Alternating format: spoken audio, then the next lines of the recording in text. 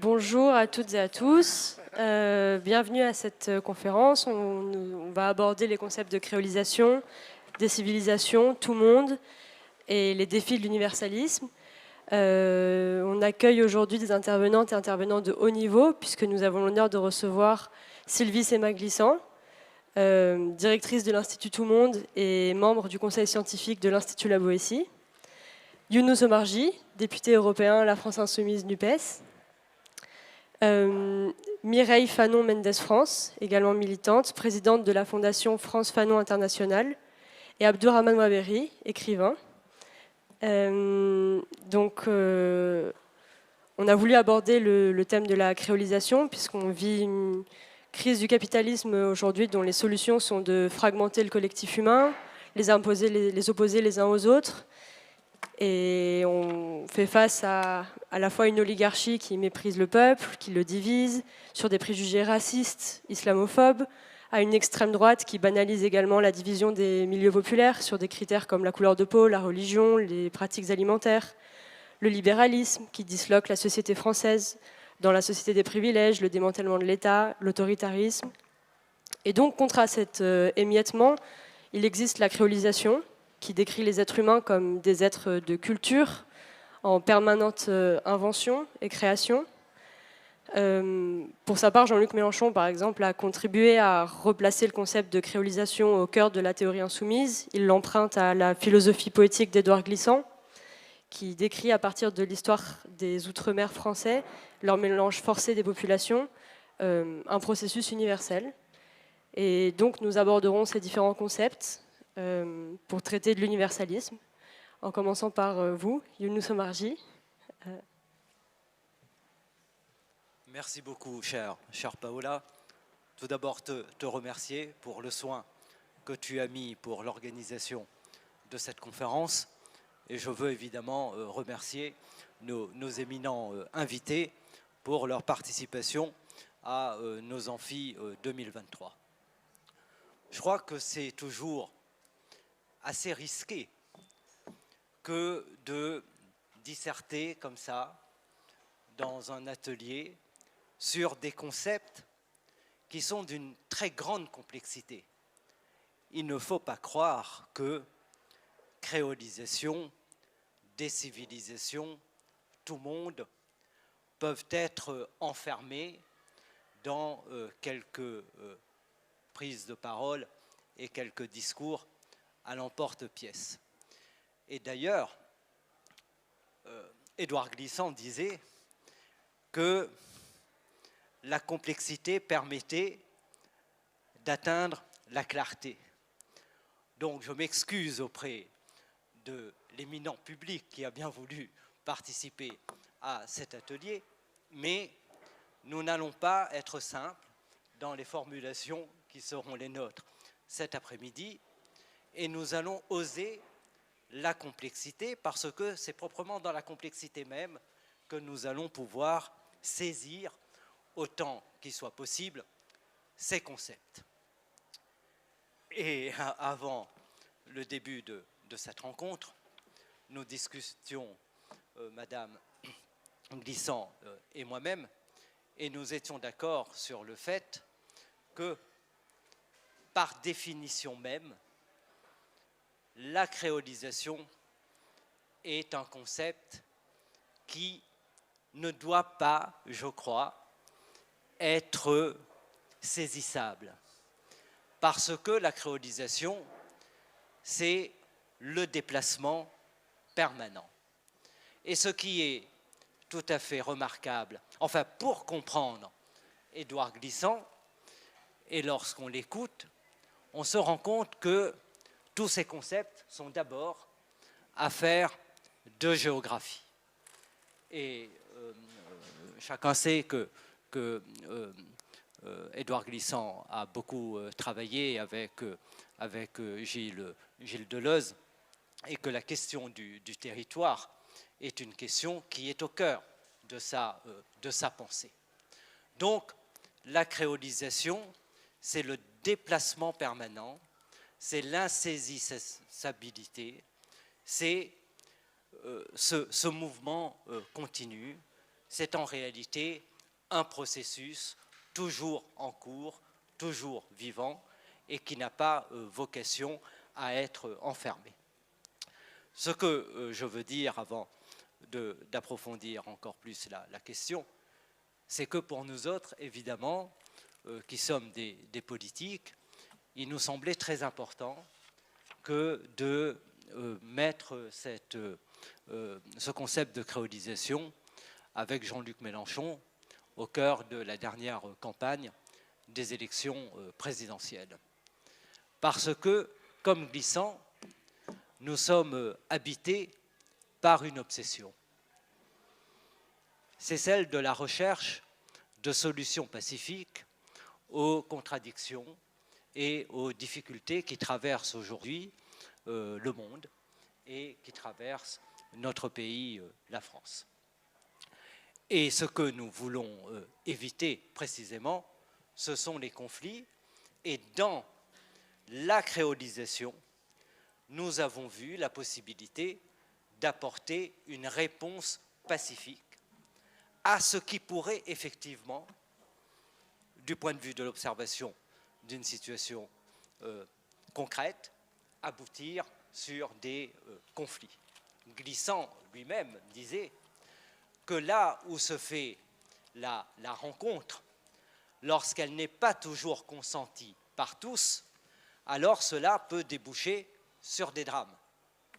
Et il dit, comme d'ailleurs le disait Paul Vergès, que Sarajevo était, par exemple, mis en exergue comme solution, comme situation où dialoguaient les cultures et les religions. Le Liban également. Mais évidemment, celles et ceux qui ne consentaient pas à cela, évidemment, ont préféré les choix les plus qui aboutissent sur des déchirures. Donc, la créolisation permet évidemment d'apporter une solution pacifique, en ce sens qu'elle apporte une réponse très claire à toutes celles et tous ceux qui sont attachés à ce mythe de la racine unique et d'une forme de mythe originel de l'identité pure et qui est sans interférence, sans relation, sans mise en relation. Et je crois que Glissant a parfaitement saisi ce qui est au cœur aujourd'hui du monde et du tout monde dans sa totalité, c'est l'interpénétration aujourd'hui des cultures par la mise en relation permanente. Et dans les Outre-mer, nous avons atteint effectivement, je crois, un degré extrêmement avancé sur cela. Je disais qu'à l'île de la Réunion, par exemple, nous sommes un peu comme des éponges qui avons absorbé des cultures venant de l'ensemble des civilisations, qui avons expérimenté des manières de faire et des manières d'être, et qui restituons des choses tout à fait étonnantes et tout à fait nouvelles. Et c'est dans cette rencontre que surgit l'inattendu et quelque chose qui parfois peut surprendre, comme ma petite personne parfois, je le disais tout à l'heure, peut surprendre dans sa singularité et sa manière de pouvoir dialoguer avec tout le monde. Car dans la créolisation, je crois que la finalité, c'est précisément cette théorie de la relation et cette possibilité d'absorber et de pouvoir dialoguer en permanence. Dialoguer en permanence pour élargir les champs, pour élargir le champ de l'imaginaire et pour élargir le champ de la création. Je disais que la créolisation était une affaire de géographie. Oui, c'est une affaire de géographie, car c'est une affaire qui, en réalité, nous dit très clairement que les frontières sont totalement déplaçables, mouvantes, quand elles ne sont pas totalement effacées. Et dans nos imaginaires, les frontières n'existent plus. Et puis aussi, dans la globalité, dans la globalisation, dans ce tout monde aujourd'hui qui est en contact, les frontières n'ont plus l'importance évidemment qu'elles avaient, et cela crée évidemment un monde nouveau avec des conséquences aussi géopolitiques. Donc tout ça évidemment ne peuvent qu'intéresser les acteurs politiques. Oui, pour les politiques, parler de créolisation aujourd'hui est très important, parce que la créolisation, c'est exactement l'antithèse de ce qui anime les projets les plus xénophobes, les plus réducteurs, les plus mortifères en réalité. Et nous sommes dans ce moment aujourd'hui, à travers le monde, où vous voyez une résurgence très forte, comme tu l'as dit, d'une fascisation des esprits. Mais je crois que nous devons être très optimistes, parce que ce sont les derniers tremblements, peut-être, devant justement la force de cette créolisation qui est en train aujourd'hui de gagner le monde entier. Et ce sont des résistances, mais des résistances dans une période qui est une période transitoire, où je crois, à la fin des fins, c'est ce qu'il y a de plus positif qui finira par triompher. Je veux dire un dernier mot lié à l'actualité concernant ce qui s'est passé récemment en France avec les révoltes urbaines. Et il y a un fait qui est, mais vous pouvez me démentir évidemment, mais qui veut que la créolisation est sans doute très avancée dans les grandes métropoles du monde et dans les périphéries de ces métropoles. Et je crois que nous devons réfléchir sur la manière dont la réaction se fait par rapport à ce qui est en train aujourd'hui de naître dans ces périphéries métropolitaines, où vous avez du surgissement, de l'inattendu, du surgissement de quelque chose de totalement nouveau qui vient ébranler les bases d'un monde qui déjà est en train de partir. Et c'est peut-être aussi de ce côté-là qu'il faut réfléchir pour donner une actualité à ce concept. On nous demande de parler de décivilisation également.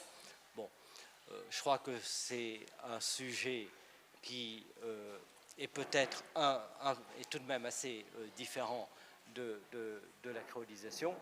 Si tu en es d'accord, on en parlera peut-être dans le dialogue que nous aurons, les uns avec les autres, avec Madame Glissant. Nous avons considéré que le meilleur moyen en réalité de discuter de la créolisation, c'est véritablement de discuter entre nous et non pas d'avancer avec de grands discours.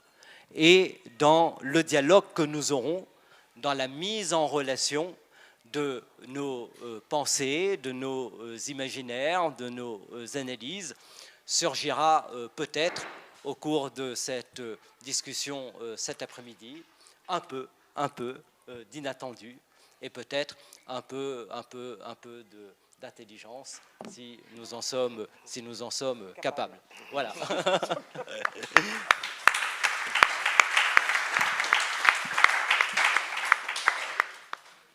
Voilà, je donne la parole maintenant immédiatement à Sylvie Sema Glissant, qui est la directrice de l'Institut Tout Monde. Bonjour.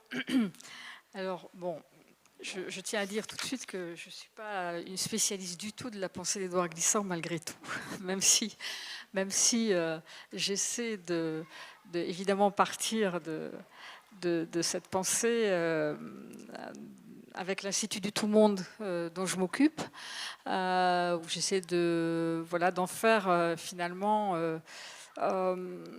enfin, c'est Édouard Glissant d'abord qui a créé l'Institut du Tout-Monde en 2006 et qui m'a demandé si je voulais bien l'accompagner, évidemment. Et donc depuis ce temps-là, bon, j'essaie de développer tous ces projets. Et lui, en fait, voulait en faire un lieu commun. C'est-à-dire, et il avait cette pensée du lieu commun, c'est-à-dire ces lieux nécessaires, qui sont les nouveaux lieux où l'on se rencontre, où l'on s'accompagne, où on se retrouve. Effectivement, bon, on l'a dit, on est très séparés. On est quand même souvent dans des systèmes qui nous isolent, souvent des lieux de réclusion, très souvent. Alors évidemment, on ne va pas développer tout ça. Vous savez très bien tout ce qui se passe dans les développements de toutes ces économies et de tout. Il y a des valeurs suprêmes qui font que on n'a pas intérêt à ce que justement la relation elle se fasse trop. Du coup, voilà, moi ce que j'essaie de continuer, c'est ça, c'est comment développer, comment rejoindre ces lieux communs, ces lieux nos lieux, en fait, nos paysages, où est-ce que ça se rencontre. Et je pense que, bon, évidemment, j'avais pris quelques notes, alors c'est pas bien de lire, donc c'est pour ça, mais en fait, j'étais partie d'une citation, évidemment, d'Édouard Glissant, et où il disait...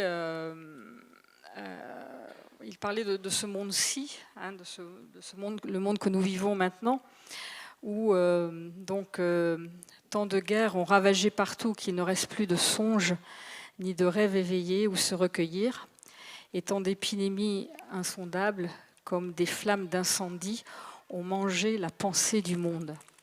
Et je pense que ce qui est intéressant, peut-être pour nous, c'est de comprendre ce que c'est que avoir la pensée du monde, c'est-à-dire la relation que nous pouvons avoir au monde. Et je pense que quand on parle de créolisation, il disait aussi que le monde se créolise. Le monde se créolise, non pas qu'il devienne créole, mais qu'il se fragmente, si vous voulez, en système justement de relations, de flux qui se rencontrent. Et qui crée justement de nouveaux espaces, et je pense qu'il nous invitait par cela à se saisir de toutes ces apparitions. Très souvent on ne les voit pas, on ne voit pas ce qui se passe parce qu'on est justement très refermé. Il y a des limites, des frontières. La pensée de la frontière est très importante pour Édouard Glissant. D'ailleurs, il disait toujours que la frontière, c'est pas ce qui sépare. C'est pas non plus ne devrait pas être le lieu non plus de l'expulsion. Hein, du rejet, mais pour lui, c'était au contraire la nécessité des frontières, c'est parce que c'était un passage, c'est une nouvelle passe que l'on ouvre. Et c'est ce passage, elle disait toujours comment ça permet d'apprécier, par exemple, quand on passe d'une saveur à une autre. C'est d'apprécier la différence, d'apprécier ce qui existe ailleurs, d'apprécier ces présences avec lesquelles, de toute façon, nous sommes en relation. C'est-à-dire, ce sont des présences, c'est-à-dire qu'on vit avec. Quand il parlait des langues, il disait toujours « J'écris en présence de toutes les langues du monde, même si je ne les parle pas, même si je ne les comprends pas. Et ça, c'est cette notion d'écrire en présence, c'est-à-dire de vivre en présence. Je crois que c'est cette nouvelle vision peut-être que nous devons avoir de nous-mêmes pour vraiment vivre la relation au monde, évidemment avec tous ces beautés, mais aussi ces catastrophes. Et justement, on est un peu paumé, c'est-à-dire qu'on ne comprend pas ce qui se passe, on ne comprend pas pourquoi ça se passe. Et je pense que si on a une autre vision de ces passages, de cette relation qui, finalement, qu'est-ce qui nous rassemble? Qu'est-ce qu'on fait qu'on pense ensemble, quelquefois? Quand on s'associe tous à tous ces mouvements, quand on voit les femmes en Iran, quand on voit partout, vous voyez bien que ça nous touche totalement. Je veux dire,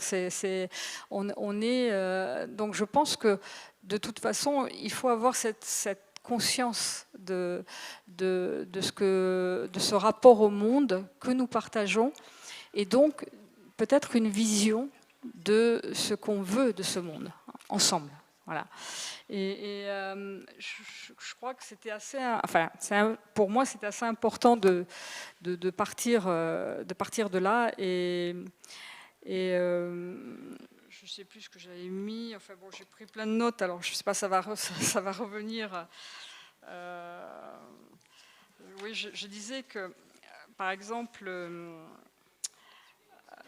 il avait aussi conçu pour lui cette notion de tout monde. Le monde, c'est le tout monde, c'est-à-dire c'est le monde total, le monde tel qu'il est maintenant.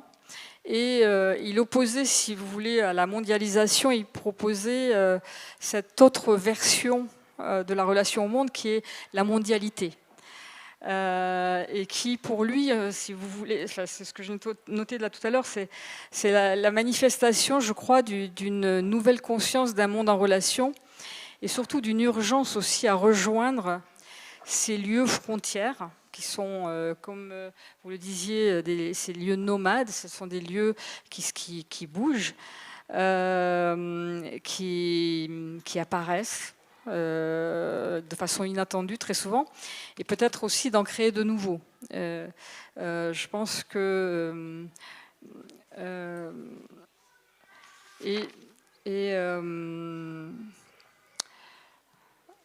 alors, je pense que ce sont ces lieux frontières, sont évidemment, on le voit, ce sont des lieux aussi des lieux de résistance. Évidemment, c'est là où se passe, où la violence de la répression est la plus vive. Et contre la répression, elle est contre qui? Elle est contre ceux qui sont ces veilleurs. On se place toujours. Il y a les nouveaux veilleurs du monde, c'est ceux qui lancent les alertes aussi, et ils se retrouvent là, dans ces lieux-là, et je pense que il nous faut peut-être aussi rejoindre, nous aussi, ces lieux de résistance, c'est-à-dire rentrer, nous aussi, peut-être dans cette résistance, c'est-à-dire prendre les chemins les détours, les chemins de traverse. C'est-à-dire prendre de nouvelles routes, voilà, d'une humanité qui est quand même, où les humanités plutôt sont mises sous tutelle finalement.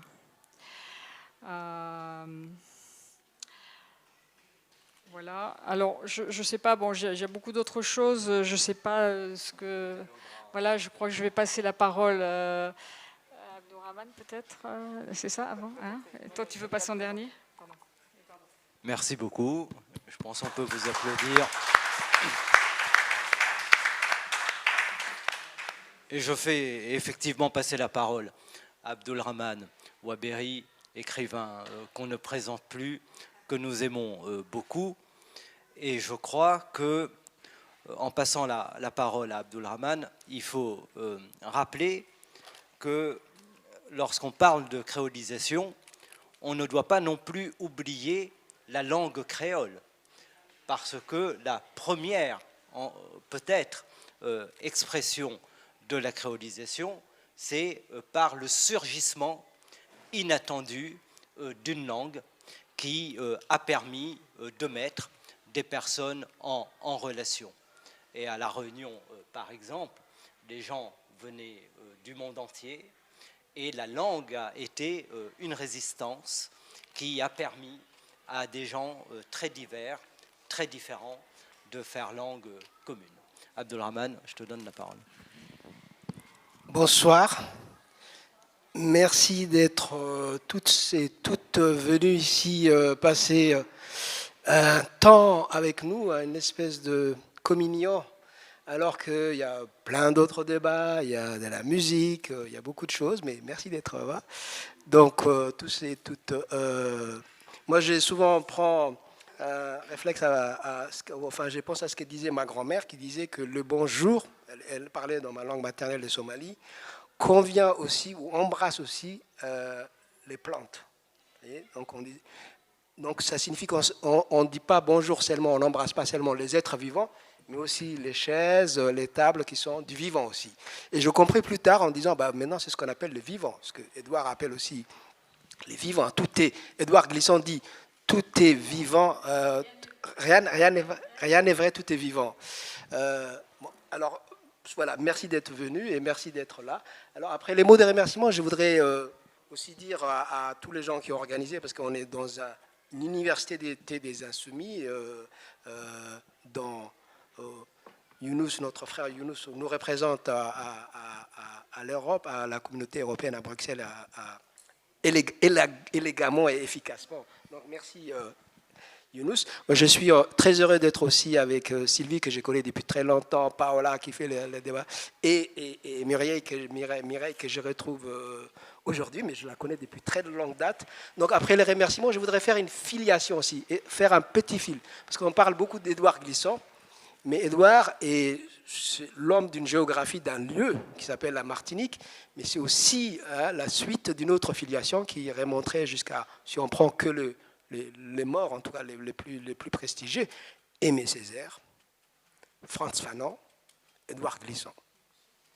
Et il y a encore, et heureusement qu'on a encore des petits, on a les Patrick Chamoiseau, Maryse Condé, Gisèle Pinault. Oui, mais enfin c'est cousin ça. Gisèle Pinault, Guadeloupe, on pourrait aller jusqu'à Haïti. Parce qu'en fait, derrière tout le monde, ce qu'on oublie, il y a d'abord le cri. Quand les Haïtiens se sont libérés, ils ont dit un mot qu'ils ont donné à toute l'humanité, tout le monde c'est moun. Tous les hommes sont des hommes. Vous voyez? Et ça, c'est, on va dire, le niveau politique qu'ils ont placé, et qu'on doit modestement essayer d'atteindre. Alors que nous, on parle de l'Occident. Donc, on parlera, en parlant des créolisations, on va parler de décentrement du regard des humanités. C'est ce que nous propose Édouard Glissant.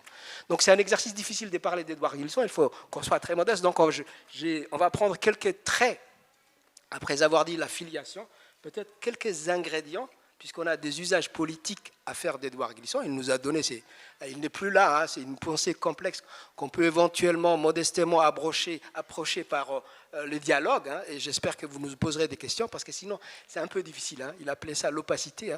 L'opacité qu'il revendiquait d'abord comme un espace, parce qu'on a une civilisation de la transparence. On veut tout comprendre, tout en 2 secondes, vous voyez. Et Édouard disait, mais attends, Coco, tu vas te calmer. Il y a l'opacité. Alors là, l'opacité, c'est le temps long, c'est le temps très long. Enfin, les choses cheminent, il faut des siècles déjà. Donc, ayant ces gestes de modestie et essayant de l'approcher, donc après les remerciements et les filiations, c'est peut-être aussi le lieu. Là, je viens de dire avec tout le monde, c'est monde. Le lieu dont on parle, c'est le nouveau monde. Le nouveau monde issu de l'esclavage. Il ne faut pas qu'on oublie. La nouvelle humanité qui s'est levée, qui nous a donné cette nouvelle cap, tout le monde c'est monde, allons vers ça, allons le plus loin possible dans ça. Évidemment, Édouard Glissant n'a peut-être pas dit tout ça concrètement, mais c'est ce qui est contenu. Lui, il avait une saisie du monde par la poésie et par la philosophie, et c'est à nous de nous débrouiller. Donc, les usages politiques qu'ont fait d'Édouard Glissant, pour moi, ce qui est, pour en venir à moi, c'est quand j'ai entendu la première fois, donc c'est Younous qui l'a déjà vendu la mèche, mais Jean-Luc Mélenchon scandait la créolisation. J'ai dit waouh, ben, je vais en être. Hein. Et d'ailleurs, il m'a gentiment demandé de l'accompagner. Donc, il m'a attrapé, j'ai dit souvent, avec le concept de créolisation et l'autre concept de francophonie. On n'aura peut-être pas le temps de laisser la francophonie, mais la créolisation, il en faisait des usages politiques, n'est-ce pas? Et des usages politiques aujourd'hui. Il ne s'agit pas de faire d'un exercice sur la pensée complexe d'un poète et d'un philosophe. Il s'agit d'en prendre quelques outils et de dire de quoi cette créolisation est le nom. Si on vient pour la théorie, très rapidement, Édouard a donné deux sortes de lieux où il faudrait réfléchir à la créole. L'une vient d'être dite par Younous, c'est la langue créole, qui est elle-même un produit imprévisible du choc de tous ces peuples que dans la cale et après dans la plantation, on a mis ensemble. Et l'autre lieu ou espace où il voyait une créolisation active, c'était le jazz. Là, pareil, c'est un peu comment on a composé ces musiques avec des instruments, des tempos, etc., et qu'on a fait quelque chose d'imprévisible. Donc la créolisation, c'est ces saisies complexes du monde. Deux moments, au moins deux lieux, donc on dit la langue créole et jazz. La créolisation est un déjà là. Ce n'est pas quelque chose qui vient. Et là, c'est là où on va venir les usages politiques. Quand Jean-Luc Mélenchon prend cela, c'est pour décrire aussi à son tour, c'est déjà là. Si on prend quel espace français, nous sommes déjà créolisés depuis très longtemps. Et ça va avoir évidemment des incidences. Mais ce n'est pas, c'est pas à vous que je vais apprendre, que ce soit Mireille ou Sylvie ou Younous. Mais la France, notre pays, n'est pas le Finistère de l'Europe occidentale. Ça, c'est, qui se finit d'ailleurs dans les Finistères, les départements. C'est beaucoup plus loin que ça. C'est un pays continent, c'est un pays monde. Évidemment, il a l'histoire de l'esclavage et de la colonisation, oui, et donc il y a créolisation aussi. Mais c'est cet espace-là, et donc si nos petits-enfants, petits Bretons, petits Normands, savent que la Guyane est la plus grande frontière avec l'Amérique du Sud, qu'il y a des bouts de pays, France, qui sont très loin, c'est ça, ces décentrements-là. Décentrement géographique qui donne un décentrement philosophique, c'est de nouvelles humanités à inventer, en ayant en cap le tout monde c'est moun. Alors quels sont aussi les ingrédients? Donc je disais Jean-Luc Mélenchon, en performant, en reprenant ça et en le faisant un projet aujourd'hui, évidemment se battait contre quoi? Contre le racisme, tout bêtement. C'est déjà là. Nous sommes déjà créolisés, nous sommes déjà divers, nous sommes déjà plusieurs pays dans les mêmes pays. Et on va chercher les moyens de travailler, sans nier évidemment les passés. Alors, parce qu'évidemment, la droite, elle va nous dire « Ah oui, vous allez parler d'esclavage, repentance, blablabla. » En gros, ferme ta gueule. Et les autres vont dire « Ah bah, il a inventé un truc qui est sympa, mais c'est une espèce de salade macédoine. » En fait, non, c'est pas ça. C'est pas un métissage gentillet, doucereux. C'est un déjà là, nous dit déjà Glissant. On est déjà, et c'est la saisie qu'il a fait du monde. Édouard a beaucoup voyagé. Édouard vient de l'anthropologie, il vient de la poésie, comme on le sait, il vient de la philosophie.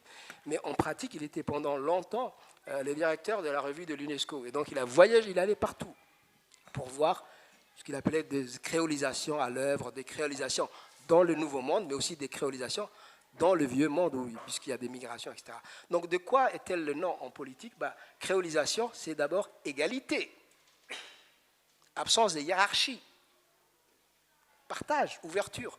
Donc ça peut paraître des gros mots comme ça, mais c'est l'horizon vers lequel on va. Donc si on dit qu'on est créolisé, ça signifie qu'on a une égalité absolue. Ça doit être un cap. Il y a le mot universalité, parce que le mot universel est piégé, comme aujourd'hui le mot laïcité est piégé, mais on va essayer de dépiéger tout ça. Universalité, s'il y a, c'est universalité des besoins. Nous sommes tous universels dans le combat pour la dignité. Nous sommes tous universels dans le besoin de se sustenter, de se loger, de se nourrir. Ce sont ça qui sont, c'est vers quoi la créolisation, enfin l'universalité qu'on doit interroger, c'est l'universalité des besoins, l'universalité des moyens. Donc dans créolisation, je ne vais pas trop monopoliser la parole, mais il y a le concept d'égalité, donc de non-hiérarchie, il y a le concept d'ouverture, d'accueil, d'hospitalité, puisqu'il n'y a pas de frontières, donc le monde est tout le monde. Le monde, il est là. Et donc, c'est comment on va habiter ensemble. Et on n'a pas fini de méditer, mais on reviendra dans peut-être l'explicitation de certains points. Merci.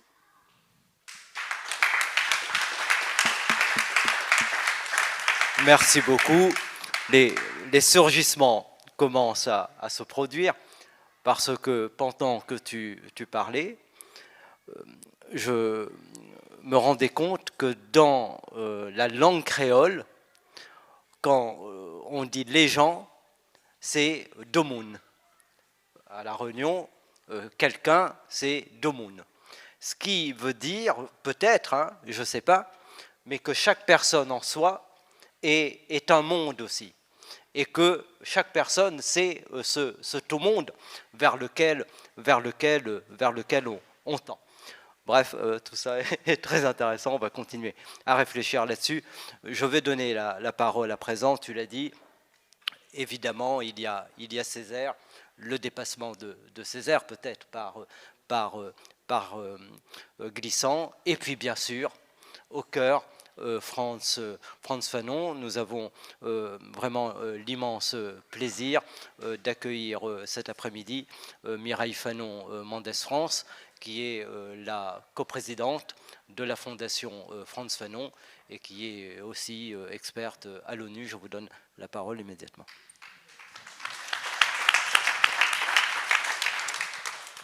Bonsoir. Alors, je vais m'inscrire un peu en réflexion distancielle de ce qui vient d'être dit. Car bien sûr, Édouard a réfléchi sur les rhizomes, les relations de la relation, mais est-ce que nous en sommes là? Est-ce que ce n'est pas un avenir et non pas quelque chose qui est déjà là?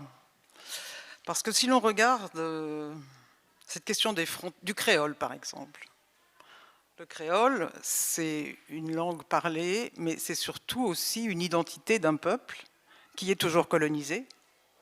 La Guyane, la Martinique, la Guadeloupe, la Réunion, ce sont des territoires colonisés, mais aussi Mayotte, où des programmes d'expulsion de Comoriens sont pratiqués de manière absolument inadmissible. Donc ces histoires de frontières, ce sont quand même, certes, on nous dit qu'il n'y a pas de frontières, et la France se targue d'avoir les plus grandes frontières maritimes, mais ce sont des frontières maritimes issues de ce qu'on appelle les découvertes, qui furent une catastrophe à la fois métaphysique et ontologique, épistémologique. Donc on ne peut pas quand même effacer cette histoire-là. Car si on veut créoliser le monde, et encore je n'aime pas tellement ce terme, je vais dire pourquoi, si on veut en tout cas faire tout monde, puisque tout monde c'est monde. Ça on l'a d'ailleurs en commun avec Haïti, cette expression, on l'a en Haïti, on l'a en Martinique, en Guadeloupe, en Guyane, et on l'a partiellement, un peu différent, on l'a avec la Réunion. Donc si on veut vraiment faire monde, il faut peut-être déjà réfléchir à pourquoi les gens noirs, les corps noirs, puisqu'on va parler de cela, pourquoi les corps noirs, jusqu'à maintenant, sont traités d'une manière très particulière. Et on ne peut pas ne pas penser à l'histoire de la mise en esclavage, qui est une histoire donc, qui a été une irruption, une révolution même dans ce qu'était l'humanité. Ça a brisé, ça a été une rupture qui a brisé l'altérité, le sens de l'intersubjectivité, et qui a aussi installé quelque chose de très spécifique et qu'on peut constater encore, c'est la façon d'installer, de distiller à l'égard de ces corps noirs une guerre permanente de basse ou de haute intensité, mais guerre permanente qui était pratiquée sur la plantation et qu'on retrouve aujourd'hui pratiquée avec la gestion des migrants, mais aussi avec la mass incarceration aux États-Unis, mais aussi chez nous, ou au Brésil, avec le nombre de morts quotidiens dans ces pays, de corps noirs, avec le drop-out, comment on traduit drop-out, c'est pas l'abandonnement, c'est le fait que les élèves ne sont pas suffisamment performants et donc on ne cherche pas à régler ces problèmes de difficulté d'apprentissage. Tout compte fait, on les oriente vers une impasse. Excusez-moi, je n'ai pas le décrochage scolaire. Merci. Voilà, le décrochage scolaire. Bon, on a un certain nombre d'indicateurs qui prouvent que avant de penser à un monde tout monde, il faudrait peut-être régler les problèmes qui n'ont jamais été réglés, parce que la façon dont sont traités aujourd'hui les corps noirs est la même façon qu'étaient traités nos ancêtres mis en esclavage. C'est exactement le même paradigme de la domination et le même paradigme de hiérarchisation des corps. Même si on nous dit que ce n'est pas vrai, pourtant c'est la réalité. C'est une réalité. Et il n'est qu'à voir en Martinique, Victorin Lurel, député à son époque, il ne l'est plus maintenant, mais à l'époque où il était député et ministre de l'Outre-mer, avait fait un rapport sur l'inégalité. Les jeunes de 18 à 25 ans, c'est 66% de chômage dans nos îles, dans nos territoires, qui ne sont pas ceux de la France, et contre 11% au niveau national. Donc je pense que les chiffres disent quelque chose aussi d'un pouvoir qui n'en a jamais fini avec cette perception dominatrice, raciste des corps noirs. Et je crois qu'avant de s'emparer, moi j'ai compris la démarche de Glissant, mais il me semble qu'il va trop vite parce qu'on est loin de pouvoir adhérer à ça tout de suite. On a besoin de régler un certain nombre de problèmes, parce que si on voit bien, ne serait-ce que si on prend la déclaration des droits de l'homme et du citoyen de 1789, c'est une entrée, ça a été fait pour que des citoyens puissent entrer dans la vie politique et naître à la nation. Or, en 1789, des milliers et des milliers d'Africains arrachés à leur continent n'appartenaient pas à cette nation. Il aura fallu attendre 1848 pour qu'enfin ils commencent à appartenir à la nation. Or, en 1848, si vous vous souvenez, ce qui n'a pas été aussi suffisamment expliqué et qui ne permet pas de parler d'universalité, on peut parler d'universalisme, oui, mais on ne peut pas parler du concept d'universalité tant qu'on n'a pas réglé des problèmes fondamentaux, comme par exemple de voir Schellcher, que tout le monde porte nu, a quand même accepté que l'on donne des compensations financières aux propriétaires de mise en esclavage plutôt qu'aux victimes. Or, ici, on est dans un paradoxe d'un cynisme absolument absolu. Ce sont les criminels qui sont récompensés. Mais c'est exactement la même logique quand on voit les transnationales qui détruisent les sols en Afrique, en Amérique latine par des systèmes extractivistes. Ce sont eux qui sont récompensés, parce que quand les groupes indigènes vont, ou les groupes africains d'agriculteurs vont devant l'organe des différents de l'OMC, eux sont déboutés. Et ce sont les transnationales qui récoltent en plus de l'argent et ces territoires. Donc on doit quand même un petit peu réfléchir avant d'endosser la créolisation, on doit vraiment réfléchir plutôt, de mon point de vue, à comment résoudre ces questions qui, pour l'instant, sont refusées d'être mises sur la table, ou elles sont bottées en touche. Et pour finir, je vais donner un dernier exemple. Qu'est-ce qui se passe en Haïti aujourd'hui? Comment? Voilà, là, monsieur, la misère. Ben, Haïti, ce n'est pas la misère. Haïti, c'est ce qu'on vous dit, c'est ce qu'on veut, c'est ce que les médias vous disent, c'est ce que les ONG disent, c'est ce que les États-Unis disent, le Core Group dit, Et donc, on va faire une intervention de police portée par le Kenya, enfin, managée par le Kenya, pour résoudre ce problème. Haïti, ce n'est pas un problème d'humanitaire ou de sécurité. Il y a des gangs, c'est vrai, il y a des gangs. La ville de Port-au-Prince est totalement bloquée par les gangs. Mais vous allez en dehors de Port-au-Prince, il n'y a pas de gangs.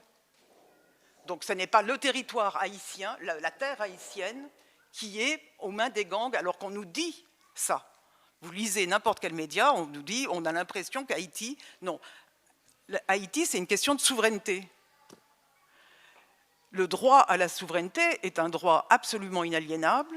Or, ce droit, en Haïti, mais dans d'autres pays aussi, comme la Palestine, comme le Sahara occidental, comme le Yémen, comme l'Irak, comme l'Afghanistan, c'est un droit qui est remis en cause par le grand capital et les impérialistes.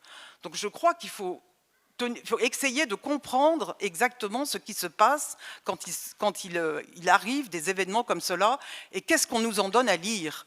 C'est peut-être le travail qu'on doit faire quand on est dans une université d'été, c'est peut-être essayer d'aborder de manière un peu conceptuelle exactement ce qui est mis en place de façon à ne pas apporter de fausses réponses.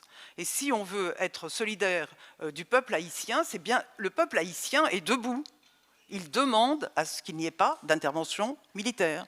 Il demande à ce que les ONG s'en aillent de leur territoire. Je ne sais pas si vous vous souvenez, mais il y a quelques années, il y a eu un article du Monde qui disait « Haïti, république des ONG ». Mais c'est exact, l'argent qui est distillé en Haïti est donné par les ONG, mais ne va pas au peuple haïtien, bien évidemment. Tout comme la fondation Clinton, qui avait dit qu'elle allait abonder un fonds pour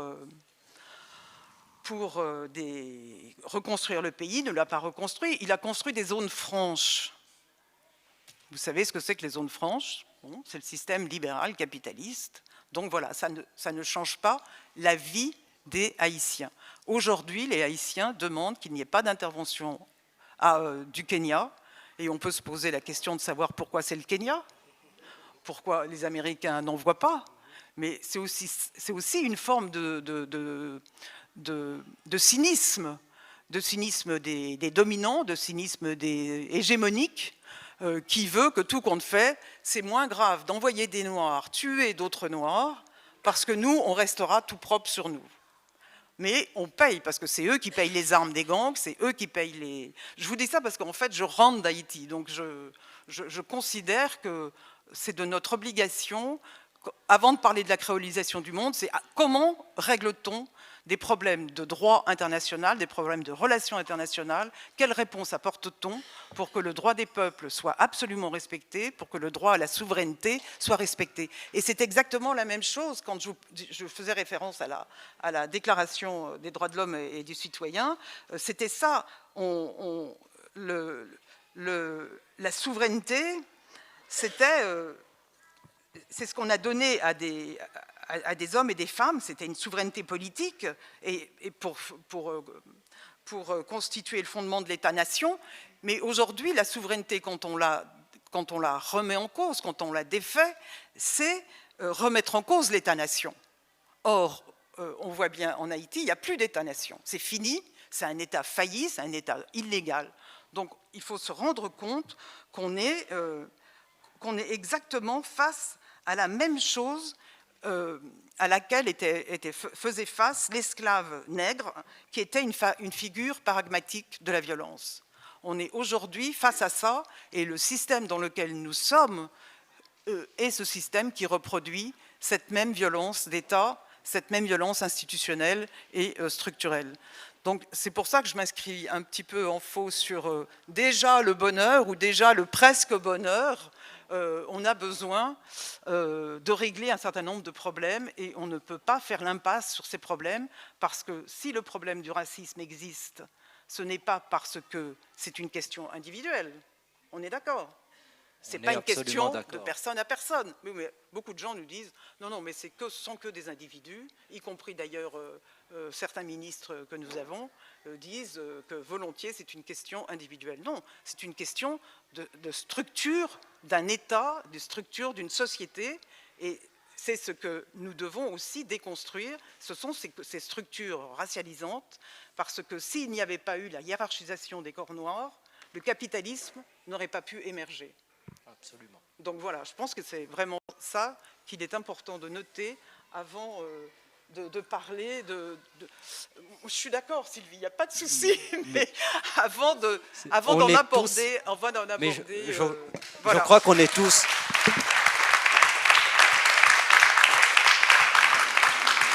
Alors là, moi, je suis mais tout à fait d'accord, mais vraiment tout à fait d'accord. Mais le problème qui se pose, c'est qu'on n'est pas en capacité. Ce que tu viens de dire et de décrire formidablement, et c'est vrai, c'est extrêmement important. Mais cette vision-là, elle existe, elle est très rare parce elle n'est pas là.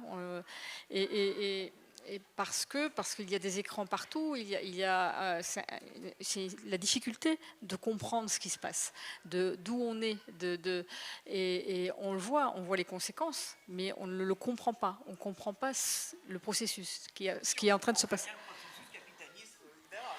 Ah oui, ça on le comprend, oui, mais on peut comprendre le processus capitaliste, mais ce que tu décris et ce rapport-là, cette relation par exemple avec les corps noirs, etc., je crois qu'on ne le comprend pas véritablement bien. Et je pense que... Et je me... Il n'y a qu'à demander à ceux qui sont vraiment concernés, tu verras ce qu'ils te disent. Alors eux, ils comprennent. Oui. Je vais essayer de mettre tout le monde d'accord. On n'est pas obligé d'être d'accord.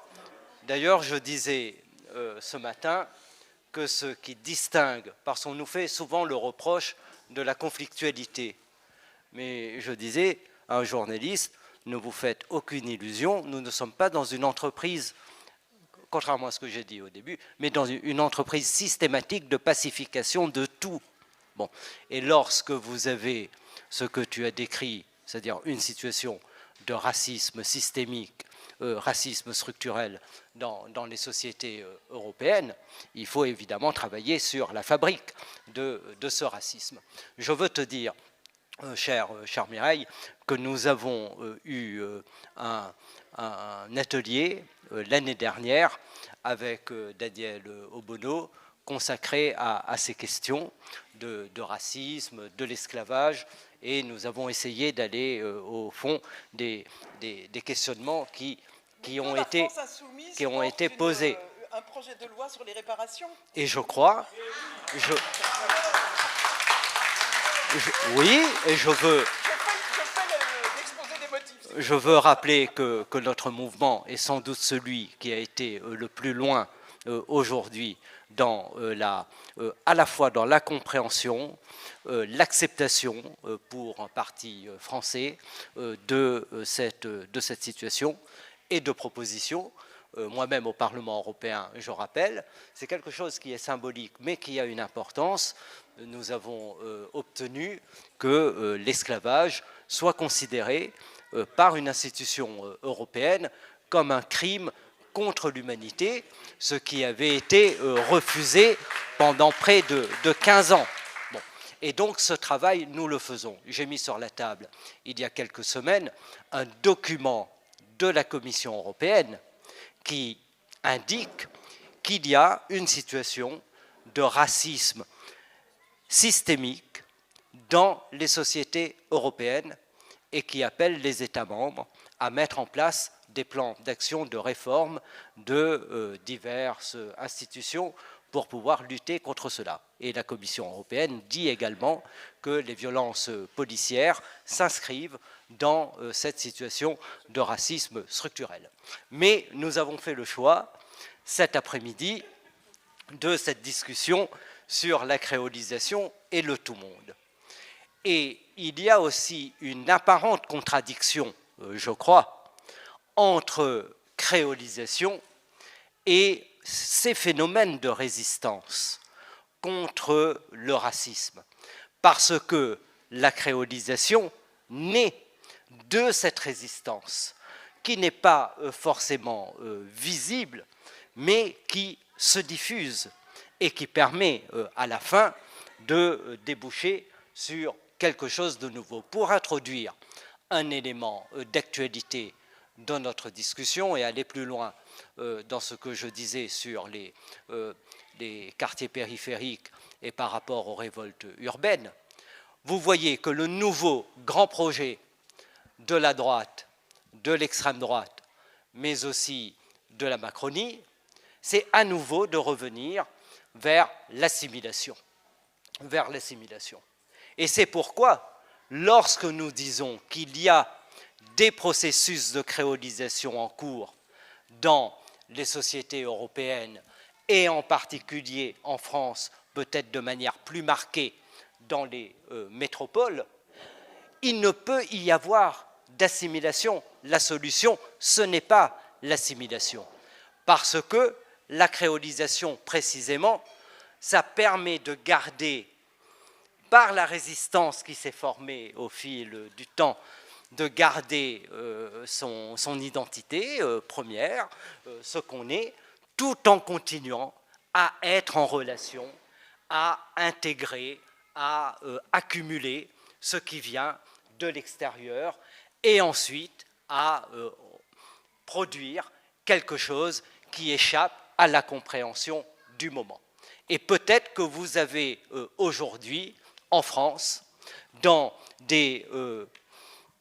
chez des Français qui sont sans doute un peu plus riches, peut-être que d'autres, parce qu'ils ont été, à ce stade, peut-être plus travaillés par des contradictions, par des enrichissements qu'on veut gommer et qu'on veut faire rentrer dans un espèce de moule unique, un moule unique qu'on met sous le vocable d'assimilation.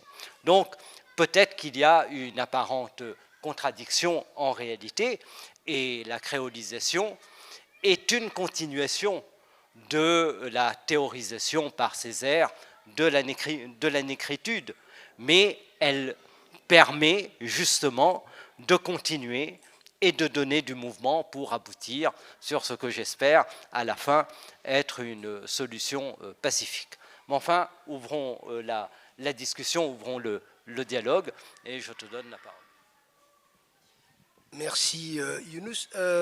Il est sûr que, comme on disait, le concept de créolisation est multiforme, on ne va pas y revenir. Et je pense que personne ici n'est en désaccord avec le constat réel du monde d'aujourd'hui que Mireille Fanon-Mendès-France fait. On n'a pas dit que l'égalité est advenue, le racisme a disparu et qu'il y a la paix partout. Hein.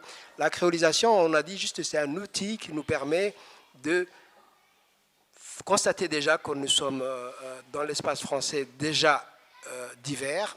Et c'est pour éviter des enfermements plus graves encore à l'air. Donc on fait un usage politique, mais on n'a pas dit que tout est réglé. Donc c'est une tâche, évidemment. Mais ça fait partie de, je pense quand même, de s'y attarder parce qu'ils volent tous les mots. Hein. Vous avez vu que là, aujourd'hui, je suis très étonné, par exemple, que presque dans ce qu'on appelle, nous, les gens qui utilisent, qu'on soit d'abord universitaires, mais aussi les gens qui venant de ce qu'on appelle les courants critiques, comme par exemple les décoloniales, nous n'avons pas une facilité à utiliser l'universalité ou l'universel. Donc c'est ce qu'Édouard Glissant appelle l'universel de surplan. C'est celui-là qu'on ne veut pas. Mais on veut un universel divers, un universel autre, n'est-ce pas? De la même manière que le mot de laïcité, par exemple, a été volé. Maintenant, on ne peut plus dire laïcité parce que c'est devenu un code, comme on dit aux États-Unis, pour dire, se permettre de faire des remarques islamophobes, racistes, etc. Donc nous sommes là à retravailler tout en n'ayant pas les erreurs du passé, les tâches à finir, mais nous sommes là à nous outiller justement, de dire universel, oui, j'accepterais si on dit universel de besoin, universel de la dignité, universel de matériel, et que le petit, donc en traduction ça donne quoi? Le petit gars mahorais a les mêmes droits que celui qui est à Versailles. C'est aussi simple que ça, l'universel vers lequel on tendra. Ça donne quoi? Ça donne à dire qu'il n'y a pas de peuple, il n'y a pas en France des gens qui sont plus légitimes que d'autres par leur ancienneté. Comme M. Ciotti, qui est un immigré d'hier, hein, son nom l'indique, exclu de la communauté des gens qui sont français depuis le XVIe siècle. C'est une blague, vous voyez. Donc ça nous permet ces outils-là très concrets aujourd'hui et maintenant, où on arrive à des enfermements, où on est en train d'avoir la droite et l'extrême droite qui sont totalement en continuum et qui permettent d'exclure des pans du pays pour des raisons historiques, géographiques, etc., etc. Donc ce sont des outils, ça nous permet de nous outiller simplement.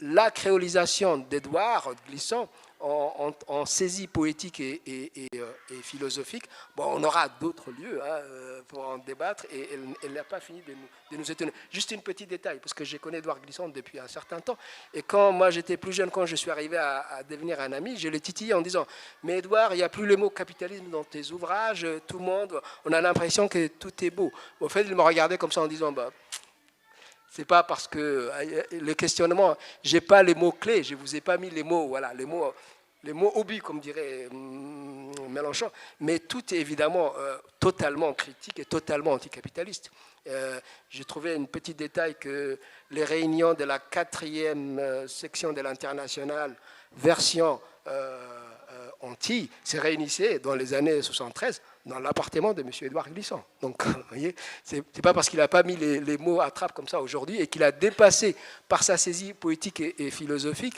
qu'il n'utilise plus peut-être certains mots qu'il aurait renoncé à combattre. Donc, c'est pas ça. En tout cas, la tâche est toujours là et on n'est pas en contradiction, on s'outille simplement en ces temps T où la société est vraiment en dislocation. Merci beaucoup. Je vais redonner la parole à Paola pour les questions avec le public.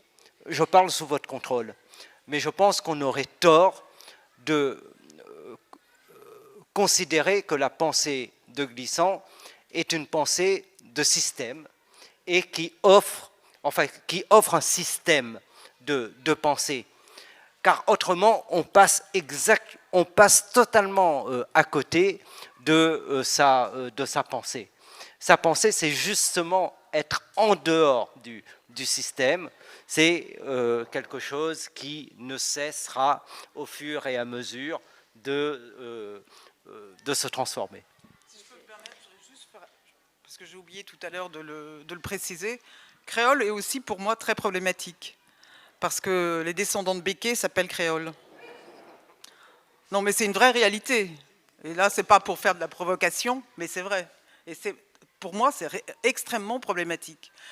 Et les Haïtiens, quand je leur ai dit, oh, bon, je vous comprends en créole, et ils ont rectifié, ils m'ont dit, non, on ne parle pas créole, on parle haïtien. Et je trouve ça extrêmement important aussi d'avoir une précision sur les termes qui ne subissent aucune ambiguïté.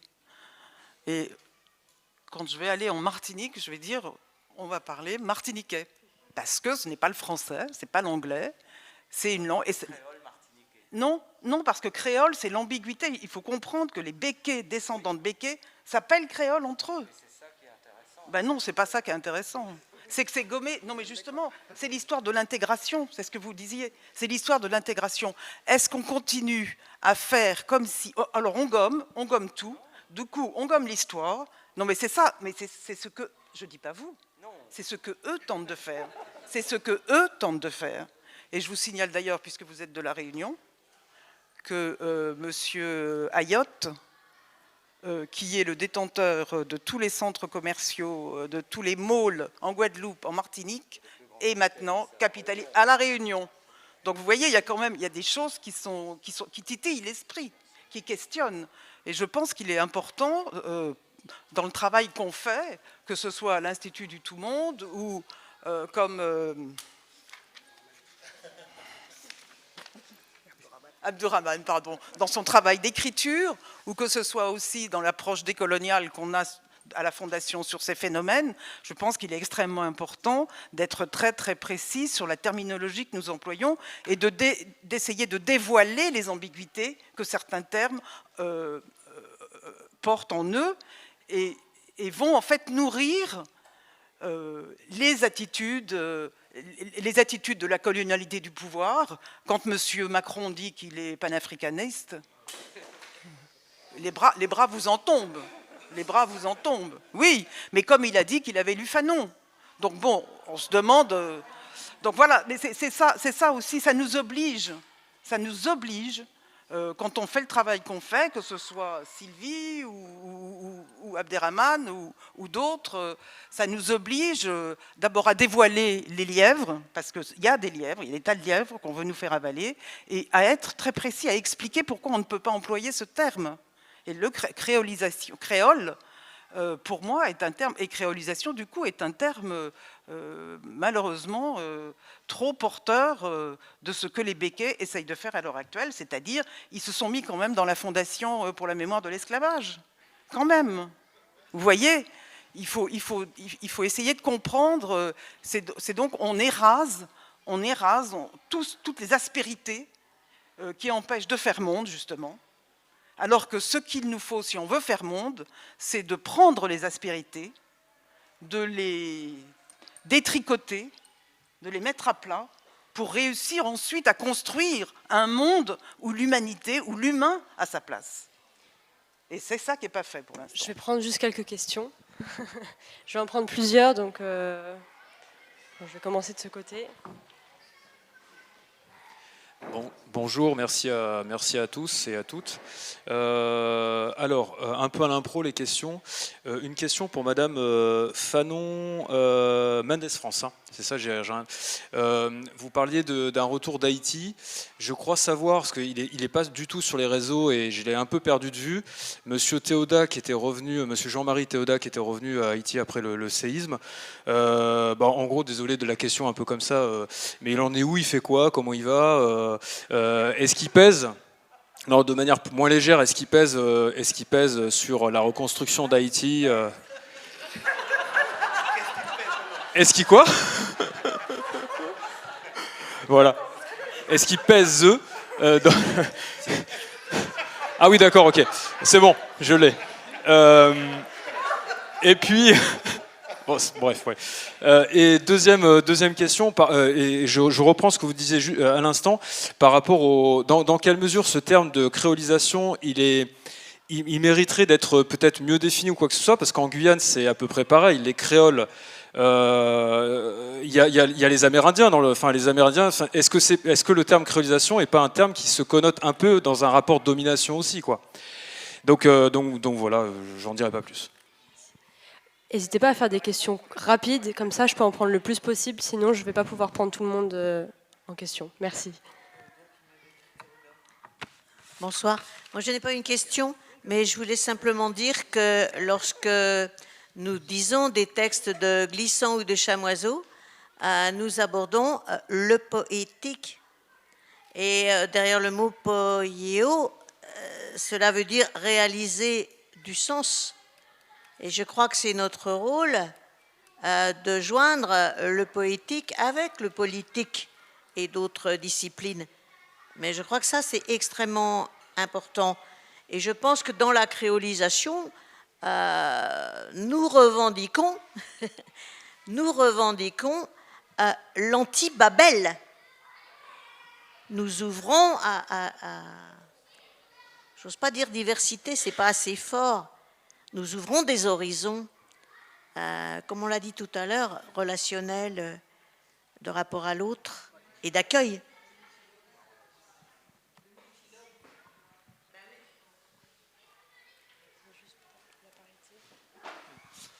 D'abord, merci à vous tous.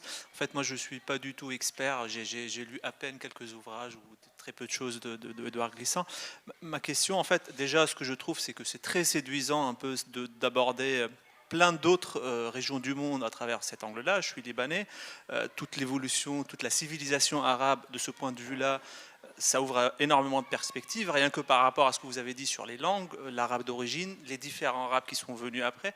Moi, ma vraie question, par rapport à la contradiction qui a été apportée, il me semble que j'ai raté quelque chose ou que j'ai loupé, il y a quelque chose que je n'ai pas compris, dans le sens où, tel que je comprends, conçoit la créalisation, c'est pas comme étant un outil, mais encore plus comme étant un mécanisme suivant lequel interagissent des individus qui, à la base, viennent ou pas, mais d'origines différentes, d'endroits différents, et que, naturellement, à l'opposition de toute évolution d'un peuple, il y a un système de pouvoir, de domination qui va à l'encontre de ça. Le monde arabe, il est plein d'exemples de ça. Et tout ce que vous avez décrit par rapport à l'hiérarchisation du corps noir, tout ça, c'est dans ce sens-là. Mais j'ai du mal à comprendre l'opposition, en quoi ça contredit en fait cette créolisation comme mécanisme d'interaction entre les individus. Voilà.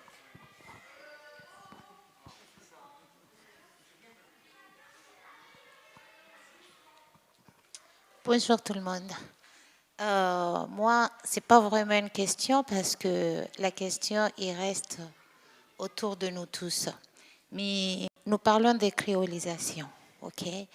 Pour moi, je me dis, c'est tout un monde autour de l'océan Indien. Nous en faisons qu'un.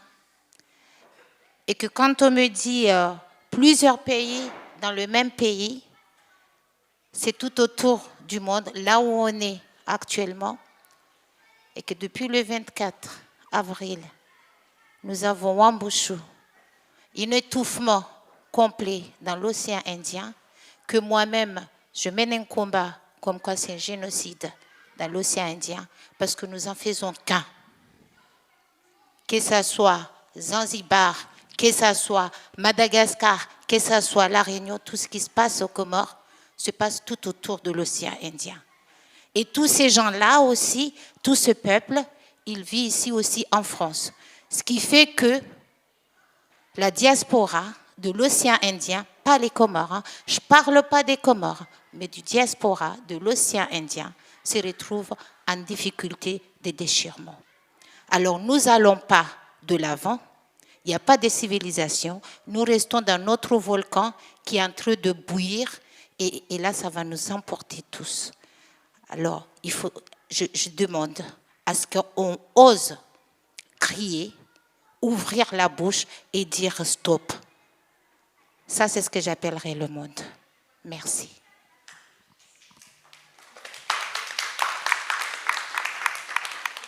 Oui, bonjour.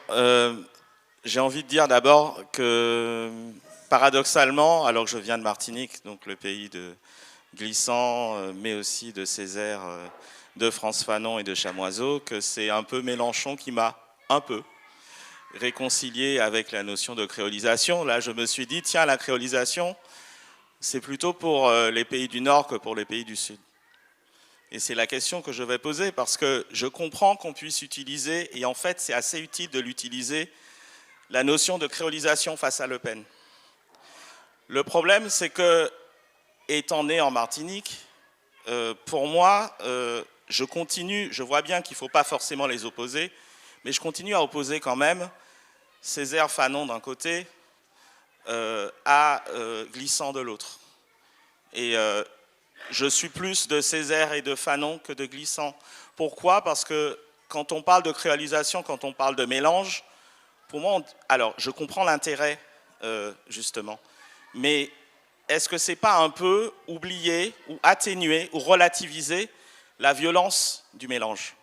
Parce que le mélange aux Antilles, c'est l'arrachement à l'Afrique, c'est le viol des femmes noires par les maîtres blancs, c'est le vol des richesses, c'est l'exploitation dans les champs, c'est l'exploitation aujourd'hui des richesses de l'île par les béquets, et par les Blancs, et donc ça, on pourrait parler la même chose d'Haïti, parce qu'Haïti est comme elle est, parce qu'il y a une histoire de pillage.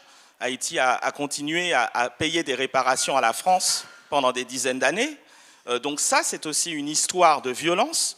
Et à mon sens, le problème de Glissant, c'est qu'il va peut-être trop vite, j'en sais rien, mais en tout cas, il relativise un peu cette violence, et qu'il oublie parfois j'ai l'impression qu'il oublie, que parfois on se raccroche à des identités qui peuvent être figées parfois, mais il y a identité figée et d'identité figée. Celle de l'identité figée des Algériens qui résistent face à la France n'est pas la même identité figée de Marine Le Pen ou de Zemmour qui veut virer les gens qui ne sont pas tout blancs ou qui ne sont pas assez blancs ou pas assez français. Et à mon sens, le mélange des deux est problématique. Est-ce qu'il ne faut pas opposer les deux, et est-ce que dans la créolisation, est-ce que finalement ça n'empêche pas de penser que ce n'est pas la même chose, le mélange en France et le mélange dans une terre dominée. Voilà, et que c'est pas, voilà, quand en Nouvelle-Calédonie ou en Kanaki, les gens ils disent il y a trop de blancs, c'est pas qu'ils sont racistes, c'est parce qu'ils se disent qu'il y a un problème dans la façon dont eux-mêmes ils peuvent être chez eux et décider de leur avenir. C'est pas la même chose quand on dit qu'il y a trop de Noirs ou trop d'Arabes en France. Je ne sais pas si je suis assez clair, mais en tout cas, Glissant pour moi, c'est pour les pays du Nord, et je garde Césaire et Fanon pour les pays du Sud.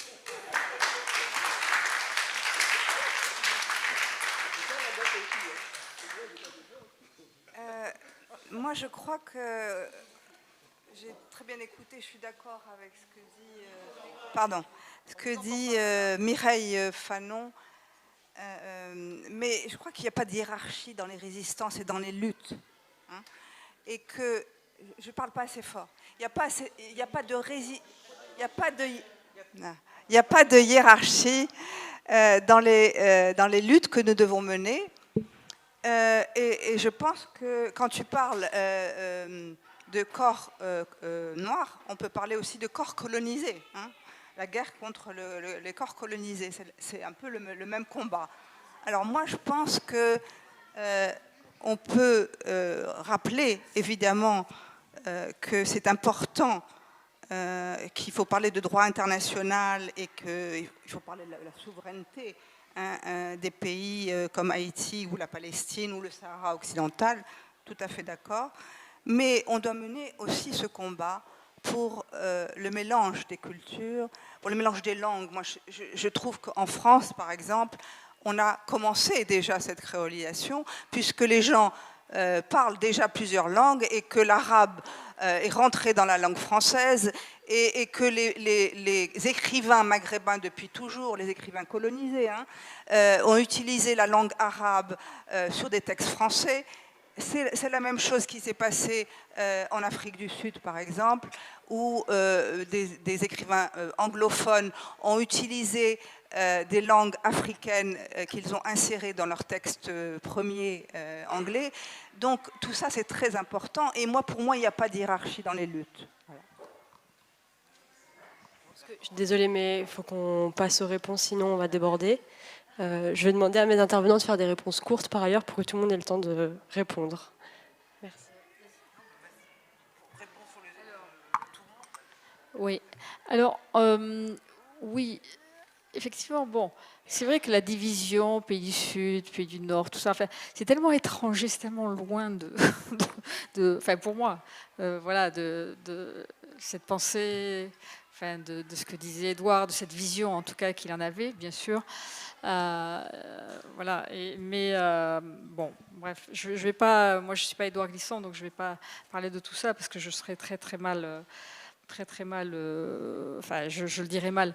En revanche, je trouve qu'il y a quelque chose qui est intéressant quand même. Il disait toujours, bon, le monde actuel, il parlait de ce que l'on vit là maintenant. Donc le monde tremble et il disait mais nous devons s'accorder au tremblement du monde, trembler avec lui.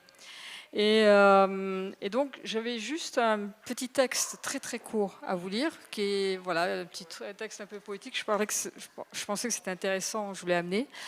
Il disait: la pensée du tremblement éclate partout avec les musiques et les formes enfantées par les peuples.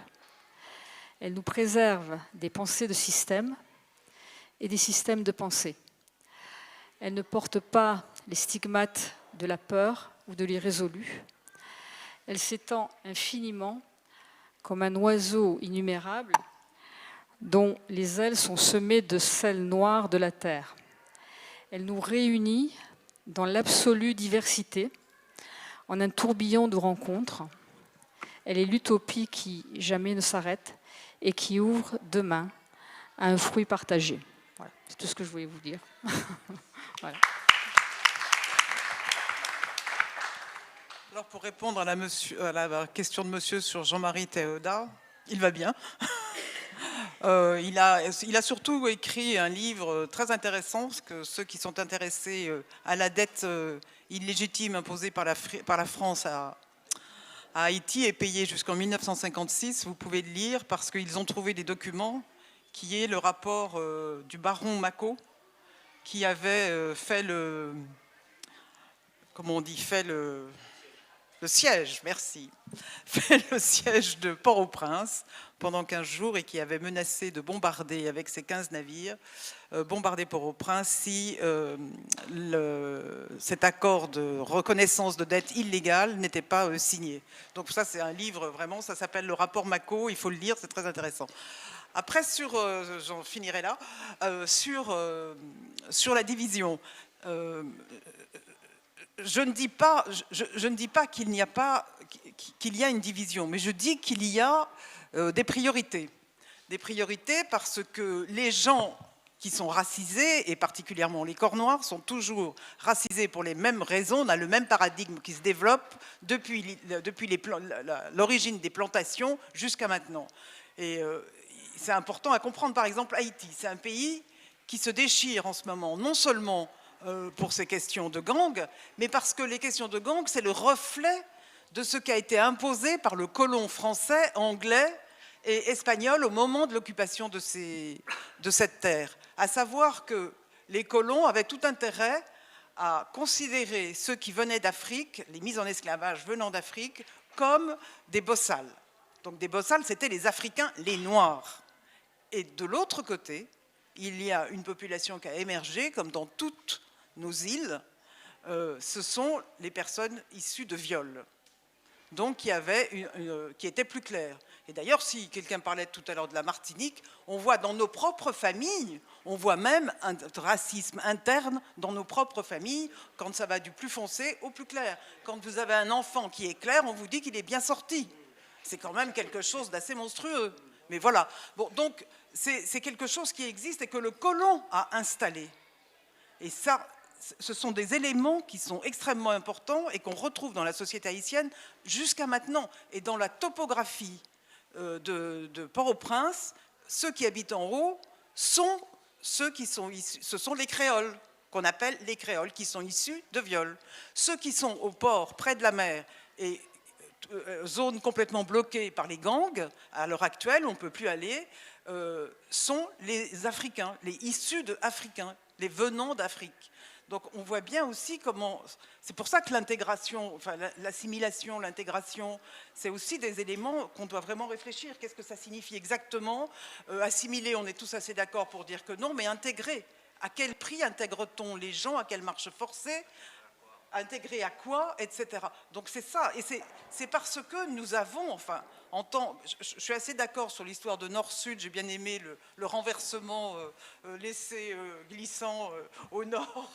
C'est peut-être effectivement quelque chose qui est assez intéressant à voir, enfin bon, à réfléchir, mais en tout cas j'ai trouvé ça intéressant parce que c'est vrai que le renversement du monde, le bouleversement du monde face auquel nous sommes, c'est que peut-être un jour, notre nord deviendra leur sud, et que notre sud deviendra peut-être leur nord. Donc je crois qu'il faut aussi penser à ça, parce que nous sommes dans un système qui s'épuise et qui ne peut perdurer que par une guerre permanente de haute ou basse intensité entre les peuples et contre les peuples. Et c'est ça le problème auquel on est confronté. C'est pour ça que je ne suis pas fondamentalement sur la division, je suis par l'urgence d'une situation qui demande d'apporter des réponses qui ne soient pas des réponses, des cautères sur des jambes de bois, mais qui soient réellement la prise en compte de notre histoire, qui n'est toujours pas une histoire partagée, et qui nous fait être chacun dans notre coin et sur des positions qui sont à la fois paternalistes, à la fois colonialistes, à la fois néocoloniales, à la fois empreintes de colonialité du pouvoir. Quand on regarde la façon dont notre histoire est racontée dans les livres, mais c'est un cynisme total. Quand on voit comment sont traités les gens dans les périphéries, etc., c'est d'un cynisme total. Donc il faut quand même régler ces problèmes. Je m'arrête.